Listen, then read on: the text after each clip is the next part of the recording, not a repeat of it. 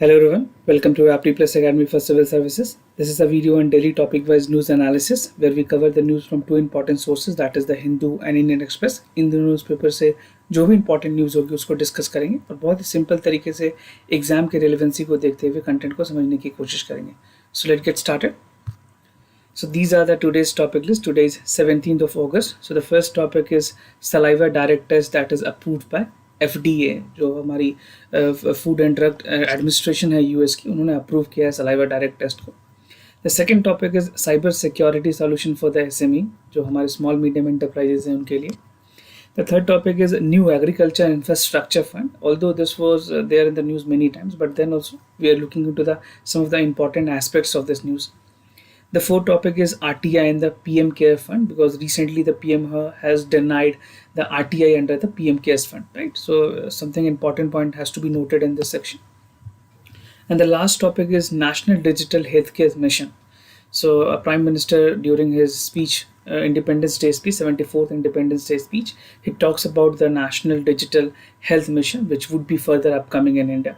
And apart from all these topics, we'll be having MCQs question at the end of this video with the explanation of Saturday question. तो Saturday को जो सवाल थे उसके correct option और explanation मैं आपको बताऊंगा. And those of you who are new to our channel, do not forget to subscribe Apti Plus Academy for Civil Services on YouTube, and you can like this video. Now, talking about the first news, that is US FDA not, they have given the saliva direct test approval. This is by the FDA, the Food and Drugs Association Administration. This is basically a US regulatory body. So let's see what are the important points that is mentioned in the newspaper. This is from the Hindu, and precisely talking about the relevance of the General Studies paper, it would be equally important for your General Studies paper 3 and the prelims examination. So first, the US Food and Drug Administration has permitted, this is the rapid diagnostic test. This is called the saliva test. So they would be taking the saliva sample for the coronavirus, the COVID-19, and accordingly data would be maintained, and this test would be a game changer, and it would for the battle against the COVID-19. So the main rationale behind this test is to give a rapid diagnostic to the testing process and maintaining the accuracy. So talking about the accuracy, it has very high accuracy. So this new test has been taken as a highest accuracy rate among all other tests which has been conducted in worldwide, globally, not only in India. So this detect the presence of virus. Talking about what is a saliva direct test. So first and the foremost, it is one of the most inexpensive tests. So I'll tell you in the detail how much it is costing. So it is called the saliva direct test, that is developed by the Yale School of Public Health. It's one of the reputed institution when it's come to the public health, apart from the Oxford University. And the test has the highest sensitivity, and it can detect the virus. Even the virus copy of the saliva sample is low as 6 to 12 copies per microliter. अगर जो volume है वो भी कम है, तब भी इसकी जो सेंसिटिविटी है, जो एक्यूरेसी रेट है, वो काफ़ी हाई होगी. So this is what has been claimed by the Yale School of Public Health. Now test will use the nasopharyngeal swabs. जो nasopharyngeal swabs होते हैं उनको यूज़ की जाएगी, and the sensitivity of the test would be about 793%. So the sensitivity की बात करें, accuracy rate की बात करें, तो that would be close to 93%. जो new direct test है, जो new saliva test है, that would also increase the efficiency and avoid the shortage of crucial test kits, because many a country has a big challenge when it's come to the test kit. Initially when the COVID testing had started in India, बहुत सारे problem face करने पड़े थे testing kits को लेकर के. So things are getting easier day by day as the scientific things are getting advance. तो vaccine के अलावे जो टेस्टिंग है उसके लिए भी साइंटिस्ट काम कर रहे हैं, ताकि अभी प्रेजेंट में जो हम जी रहे हैं वायरस के साथ, उसकी टेस्टिंग भी सही से हो पाए. Now the collecting and the testing of the saliva sample involve 3 steps. 3 crucial steps हैं जिनके थ्रू ये सारी चीज़ें द एक्शन है जो ली जाएगी. तो पहला जो टेस्टिंग में जो स्टेजेस है, that is collecting the saliva without preservative buffers. The second would be जो प्रोटीनेज है के ट्रीटमेंट के लिए, उसको हीट इनएक्टिवेशन के थ्रू इस प्रोसेस में यूज़ किया जाएगा. And third is the dual plex RT-qPCR, जो पॉलीमरेज चेन रिएक्शन है, उनको जो वायरस डिटेक्शन होती है, अभी तक जो RT-PCR टेस्ट किया जाता है नॉर्मली उसी को फॉलो कर रहे हैं. रैपिड टेस्ट बोलते हैं RT स्टैंड फॉर. तो उसके थ्रू डिडक्ट की जाएगी. So these are some of the core sample 3 steps that would be involve in this test. Not talking about in general, एक इन्फोग्राफिक आपको आज के हिंदू पेपर में मिल जाएगी. तो जो मैंने आपको बताया था कि सैम्पल की जो कॉस्टिंग कितनी आएगी, तो एवरेज की अगर बात करें तो $10 के आसपास इसकी कॉस्टिंग आएगी. सो इंडिया में समवेयर क्लोज टू, अगर यूएस डॉलर अभी 78-75 है तो it would B 750 rupees, right. Although अभी जो कोविड-19 के टेस्ट है, जो गवर्नमेंट परमिटेड हॉस्पिटल्स हैं या जो गवर्नमेंट की जो ट्रांसपेरेंट प्राइजेज हैं वो 2K to 3K है, राइट. दिस इज 25K के आसपास है, तो between 2K to 3K. So this would be costing somewhere close to 750 rupees in India and $10 across any other countries. So why this is different? Why this is different? Because it would be taking the nasopharyngeal swabs, and it is too affordable. That I have told you. The sensitivity rate is from 88 to 94%. And talking about its development, that is again very important. It can be an important question in the prelims examination. A two statement question can be directly asked. तो जैसा मैंने आपको बताया, Yale School of Public Health in partnership with the National Basketball Association. So see, this is very important because people would directly neglect this statement. अगर ये statement आपके UPSC exam में आता है तो आप इसको, बहुत स्वाभाविक है कि आप इसको कैंसिल कर दोगे. But this is the collaboration, so you have to keep this thing in the mind. Now ये सारी चीज़ें हैं. इंडिया की अगर काउंट की बात करें तो 57,361 केसेस रिपोर्ट किए गए हैं, और जो टोल है इंडिया की total, that is close to 26 lakh, right. अभी तक में जो इन्फेक्शन है 26 लाख तक पहुंच चुकी है, और जो फर्टिलिटीज़ है 51,000 के आसपास है. So this is the test, the saliva direct test that has been approved by the FDA. Now coming to the other news, this is from the Indian Express. Cyber security solution for the SMEs, the small and medium enterprises. This is equally important for the mains, essay and prelims. तो अगर GS studies में बात करें तो paper 2 में ये important है कुछ हद तक, 3 में भी आ जाएगा ये section, and prelims and essay, right. If you're talking about the economy part, so you can use the fodder point there as well. So COVID-19 has forced the business. अगर COVID-19 के जिस तरह से आप देखोगे स्टार्टिंग से from the March onwards, उसके अलावा एक प्रॉब्लम जो और आई है वो है साइबर सिक्योरिटी. तो इस एडिटोरियल में बताया कि ये जो साइबर सिक्योरिटी है, that should not be consider as a problem, but it should be taken as a business advantage. Because cyber security अगर इंडिया में एडवांस होती है तो बाद के जो बिजनेस एडवांसमेंट होती है किसी मॉडल पे, तो it would be safe and secure. So it has focus कि साइबर सिक्योरिटी को सिर्फ एक प्रॉब्लम की तरह नहीं देखना चाहिए, it should be taken care as an challenge, right, and business advantages. So एक ग्लोबल सिक्योरिटी एक्सपर्ट एजेंसी है सोफोल्स, जिनकी रिपोर्ट के मुताबिक जो इंडिया में स्मॉल एंड मीडियम इंटरप्राइजेज हैं, they are most prone to the cyber attacks. ये क्यों है ये भी मैं आपको बताऊंगा. देखो SMEs जो हैं, जो हमारे स्मॉल एंड मीडियम इंटरप्राइजेज बात करें, या फिर जो MSMEs हैं, micro small and medium enterprises, एक ही बात है, दोनों भी इसी कैटेगरी में आते हैं. So they do not have the resources to ward off such attacks, क्योंकि रिसोर्सेज नहीं है, टेक्नोलॉजिकल अपग्रेडेशन नहीं है, they are not well equipped with the system and software. तो कहीं ना कहीं एक बॉटलनेक है इनके पास, right. And the demand for the proactive cyber security solution has risen in the last couple of months. देखा ऐसा जा रहा है. Globally, the demand has been rising. So cyber security has become a potent trend to the Indian market, Indian institution, or any of the small and medium enterprises, right? Now, what is more this report? जो report publish की गई थी solo के द्वारा, तो उसमें क्या क्या और बातें कही गई है. So the survey conducted by company, और उन्होंने 82% में जो 300 फर्म्स हैं उनके साथ एक रैंसम उन्होंने किया, एंड दिस आउट की जो breach of cyber security of their employees, right. So they failed and 82% were reported with the cyber security threats. तो जो साइबर हाइजीन है that is generally poor in India, we already know, but एक reports जो की गई है एक firm के द्वारा, इट ऑथेंटिकेट्स द थिंग, जो हमें पता है उस चीज़ पे मोहर लग जाती है एक बारी.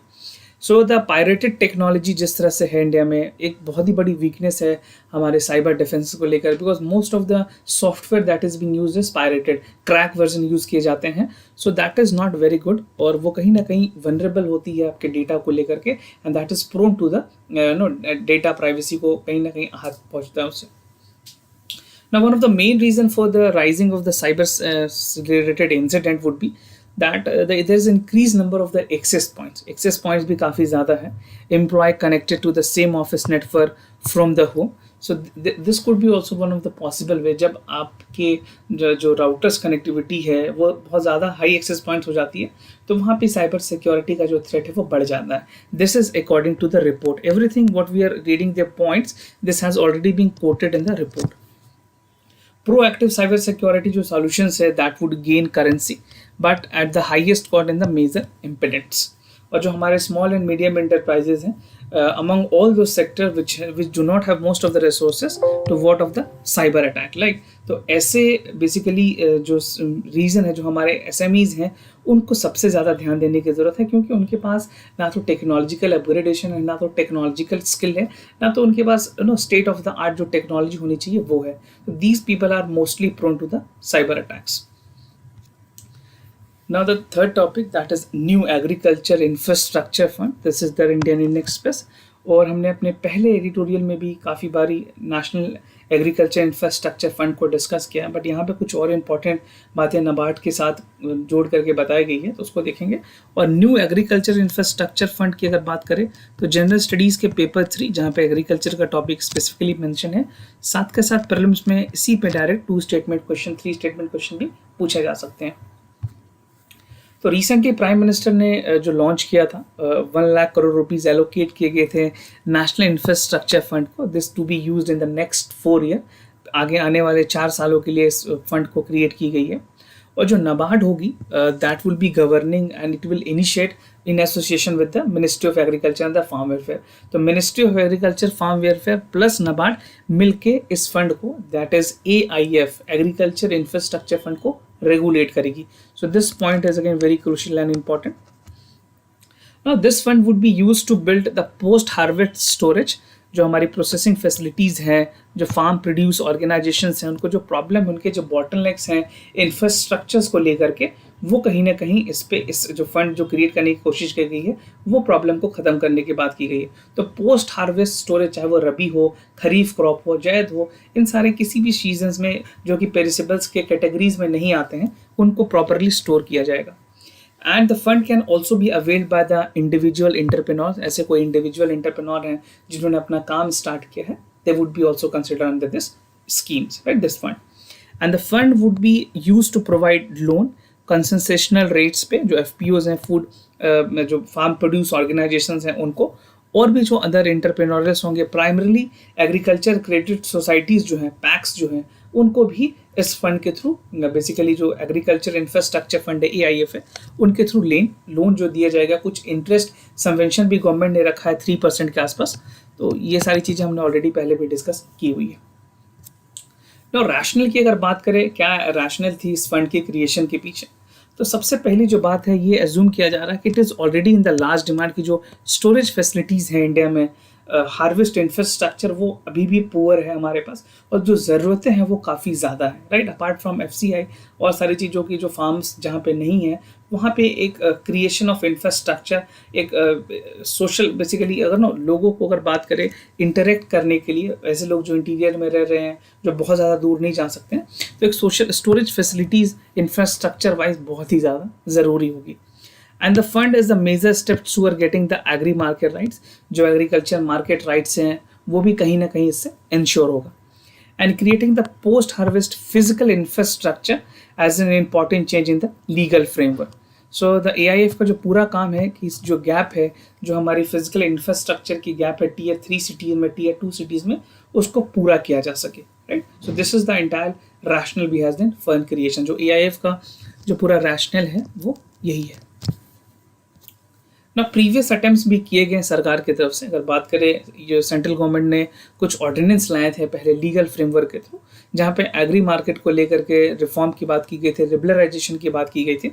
तो एक ऑर्डिनेंस आई थी जो कि जिसमें एसेंशियल कमोडिटीज़ एक्ट को भी अमेंड किया गया. सरकार ने ऐसे 10 आइटम्स थे जिनको डीरेगुलेट किया है, जहाँ पे फार्मर को डायरेक्टली बेनिफिट होंगे कि वो अपने फार्म प्रोड्यूस को सेल कर पाएंगे, right. And they have allowed the farmer to sell their produce through outside the AP mandis. जो हमारे एग्रीकल्चर प्रोड्यूस मंडीज थे उसके थ्रू अब उनको जाने की ज़रूरत नहीं है, दे कैन डायरेक्टली सेल.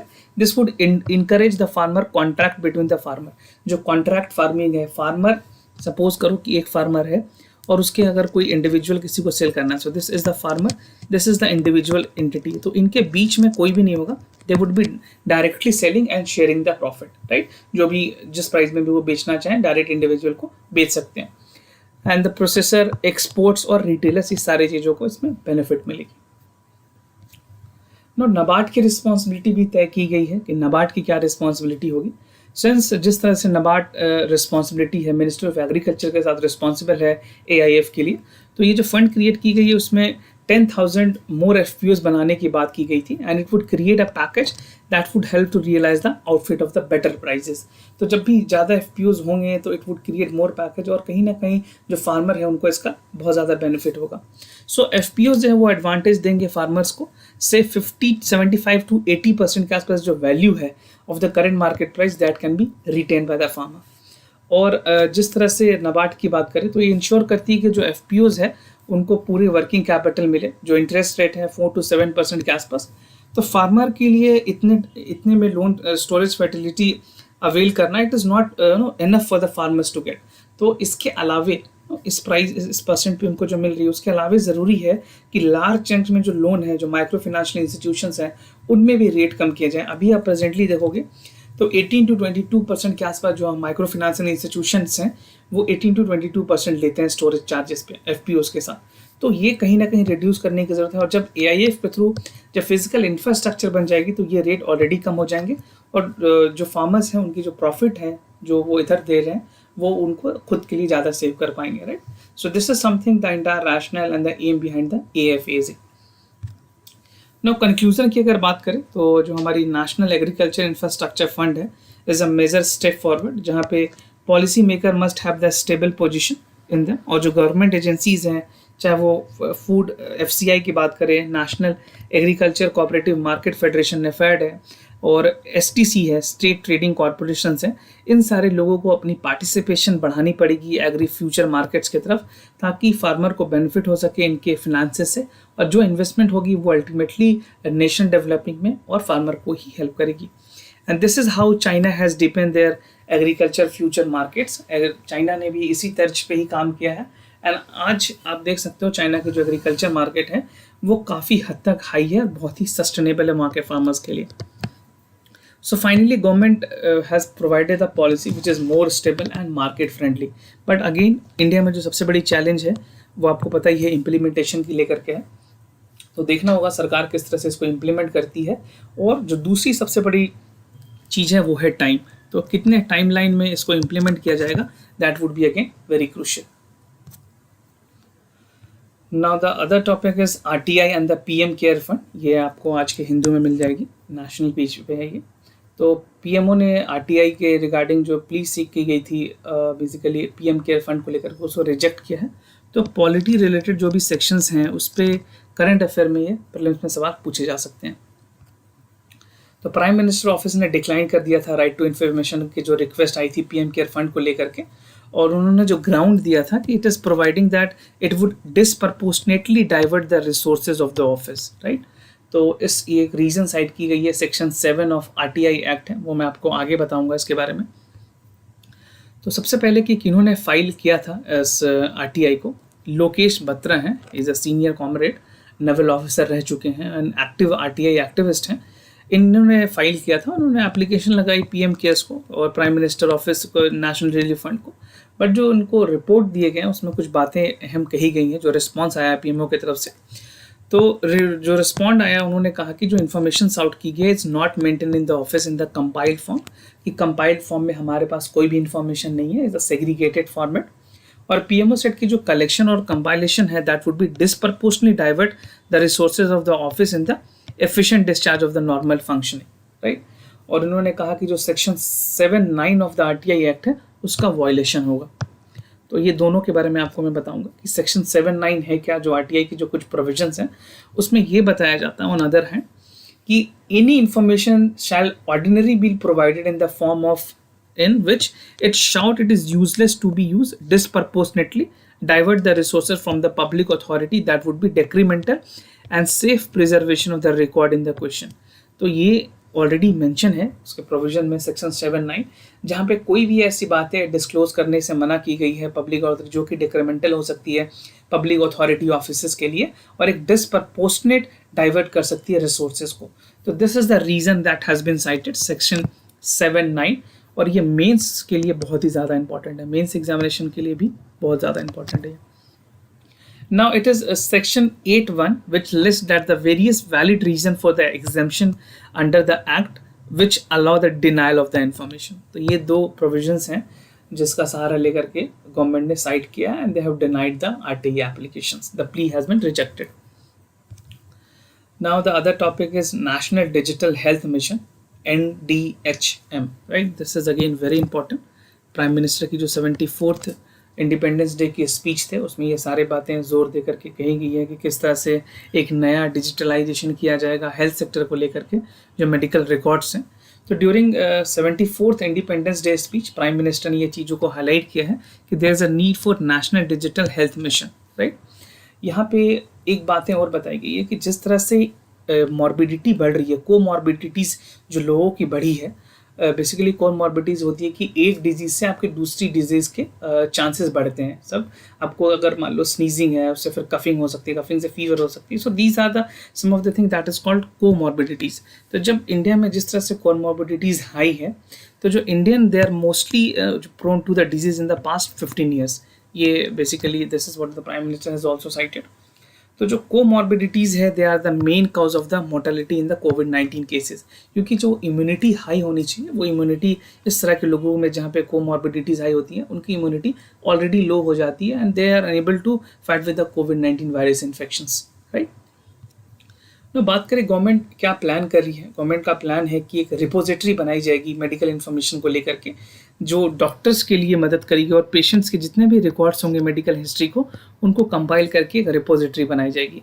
तो हर इंडिविजुअल की एक हेल्थ आईडी होगी that would be working like as a health account, right. और इस अकाउंट में जो डिटेल होगी सारे हर एक इंडिविजुअल की कि उसने उसको कभी किसी चीज़ की कोई डिजीज़ हुई है, उसने किस तरह के मेडिकल सुपरविजन पे कौन कौन से मेडिसिन कंज्यूम किए हैं, कौन कौन सी डायग्नोस्टिक उसकी हो चुकी है। तो ये इंडिविजुअल के जो पास्ट मेडिकल हिस्ट्रीज हैं इसके प्रॉपर रिकॉर्ड होंगे। अगर वो किसी डॉक्टर के पास विजिट करते हैं तो within a click doctor can access the information, right. And in 2017 a national health policy was also there, जिन्होंने कहा था कि इस तरह का एक नेशनल इन्फॉर्मेशन होना चाहिए कंट्री के सिटीजन को लेकर के। तो उसके बाद नीति आयोग ने इसी पे प्रपोज किया था कि नेशनल हेल्थ आईडी भी बननी चाहिए, जो कि रिड्यूस करेगी risk of the preventable medicine errors को, और सिग्निफिकेंटली जो क्वालिटी ऑफ मेडिसिन केयर है, मेडिकल केयर है इंडिया में, वो इम्प्रूव होगा।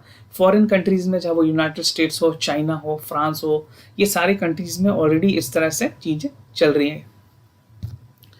एडवांटेजेस की बात करें हेल्थ आईडीज़ के क्या क्या एडवांटेजेस होंगे।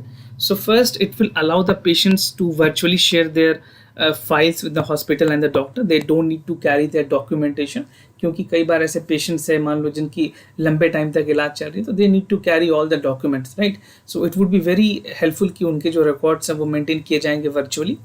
And the creation of the digital ecosystem for the health care, and it would attempt to leverage the IT and enhance the well-being in the people of the country, right। तो कहीं ना कहीं जो well-being है वो promote होगा। and the core building block of the national digital health mission is, दो इसके सबसे core mission है। the first is the health ID and the health facility registry। तो इन दोनों ब्लॉक के थ्रू जो नेशनल हेल्थ डिजिटल मिशन है उसको सिक्योर किया जाएगा, जो डेटाज हैं इंडिविजुअल के हेल्थ आईडीज या हेल्थ फैसिलिटी रजिस्ट्री उसमें मेंटेन की जाएगी। And this shall be owned and operated and maintain by the government, या तो स्टेट गवर्नमेंट को, हर स्टेट गवर्नमेंट को ऑथराइज किया जाएगा, या तो कोई नोडल बॉडी बनाई जाएगी। अभी गवर्नमेंट ने इसको इसके लेकर के कुछ क्लैरिटी नहीं दी है, क्योंकि प्राइम मिनिस्टर ने भी अपने स्पीच में ही इसके बारे में कहा था लेट नो अगर ये लॉ ऑर्डिनेंस पे तौर पे आती है तो वो सारी चीज़ें वहाँ क्लियर होगी कि क्या कोई अथॉरिटी बनेगी जो इस चीज़ को रेगुलेट करेगी, या फिर ये सेंट्रल गवर्नमेंट पे या स्टेट गवर्नमेंट के बीच कोऑर्डिनेशन के थ्रू इसको कोऑर्डिनेट किया जाएगा, राइट। एंड मैं ये बता दूं कि हमने एक daily answer writing practice session start किया है टेलीग्राम चैनल पे, तो आप हर सुबह इसमें क्वेश्चन आपको मिल जाएंगे। अब ये जो इनिशिएटिव है that has been shifted to the website, IAS Gyan के वेबसाइट पे है, तो आप वहाँ पे भी चेक कर सकते हैं। और 6 PM तक आपको आंसर भेजने हैं। वीडियो के डिस्क्रिप्शन में आपको उसकी लिंक मिल जाएगी, आप ज़्यादा जानकारी वहाँ से ले सकते हैं। कमिंग टू द आंसर्स, तो जो कल के सैटरडे के जो क्वेश्चंस थे उसके आंसर्स मैं आपको बता दूं। तो पहला सवाल का जो आंसर है वो है C, that is PSLV C-43 was lifted off the launch pad from Satish Dhawan space centre, Sriharikota में है ये। और जो Indian hyper spectral image satellite है दैट इज 30 नेशनल इंटरनेशनल को पैसेंजर सैटेलाइट के साथ लॉन्च की गई थी। और जो पोलर सैटेलाइट लॉन्च व्हीकल है that is a 4-stage launch vehicle that is alternating the solid. P-63 is the core along with the version of PSLV without 6 straps-ons. और जो प्राइमरी गोल है हाईली साइज का is to study the earth surface and the visible near infrared software and the electromagnetic spectrum. Although ये थोड़ी पुरानी news है बट यूपीएससी 1 से 1.5 साल से पुराने सवाल भी पूछती हैं। तो source for the reference for this explanation is the Hindu. Now the second question is regarding यहाँ जो correct option है, यहाँ की correct option C है। तो Wood dispatch on the education has laid the great stress on the need of the female education। और जो Christian missionary थी that was the first set up in the Calcutta in the Female Juvenile Society 1890 and the Baton School founded by J.E. Baton, the president of the Council Education in Calcutta in 1849, right? And this was the first fruitful movement for the women education across 1840 and 1850s. So you can find the detail about the Wood dispatch on the NCERT of class 12 जहाँ पे modern India Bipin Chandra की जो book है उसमें आपको सारी चीज़ें detail में मिल जाएंगी। अब बढ़ते हैं अपने MCQs की तरफ। तो पहला सवाल इन्वायरमेंट से है। With reference to the Olbingo orangutan, consider the following statement. They can be exclusive in the Western Ghat. They are found exclusively in the Western Ghat. And orangutans are the vegetarian, eat mostly fruits. Right अगर आपने Shankar IAS की book पढ़ी है या environment के और भी books पढ़े हैं तो it will be very easy for you to answer this question. तो जो करेक्ट ऑप्शन है A, B, C या फिर D। So you can let your answer in the comments down below. Now coming to the second question, this is from the modern history. With reference to Atmi Sabha, consider the following statement. It campaigns against the idolatry, caste prejudice, meaningless rituals and other social ills, and it was set up at Wardha in Maharashtra. So this is again an important question from the modern history. You have to choose the correct option A, B, C and D. And whatever you feel is the correct answer, you can let us know your correct answer in the comments down below. And this type of question is very important, so do practice more and more here so that you can perform better in the real examination, right? और अगर कोई भी concern हो तो हमें ज़रूर बताएं, we'll be more than happy to assist you. For time being, I'm signing off. Wish you all the best. Stay home, stay safe. Thank you so much.